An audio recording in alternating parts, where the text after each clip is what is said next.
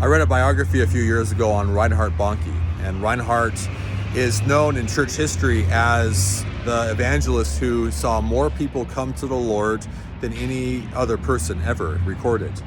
He had a big ministry often in Africa and just saw millions of people give first-time commitments to the Lord. But he talks about this one key moment in his ministry where he had this word from the Lord saying, Reinhard, you're like a barge trying to go into this continent, but the rivers are too small for you to get in.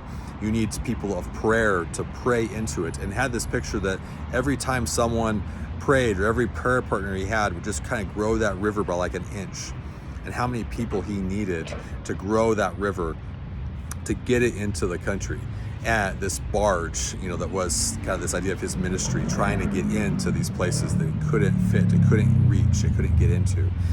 And so through that, began to just ask people for prayer.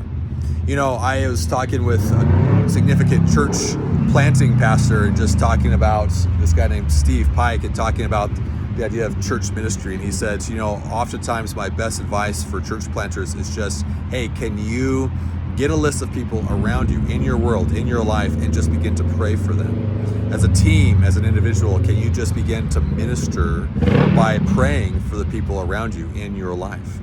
And how we often find that if we are people of prayer, prayer is powerful, guys, because God works through prayer. That's the way you read the Bible, how God ministers, works through prayer.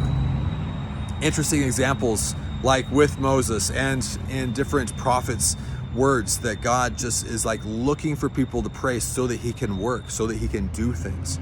And as we look into our lives, are we learning to be ministers of the gospel? Well, that starts often with that place of prayer, of saying, yes, we pursue the world around us, but are we also praying for that world around us? Are we both pursuing them in their space and praying over them, praying into that, praying for those things, so we would have eyes to see, so that yes, God through prayer transforms us, but also through us uses us to transform people in prayer, in that act of intercession in the spiritual sense before we get even into the physical place. And so that idea of, as we are learning to be disciplers, whether you're gone for an internship and looking to come back on campus next fall, or just somebody who is in your workplace, are we ministering by praying for our world and praying into that space, that we would see the Lord advance his kingdom through our lives?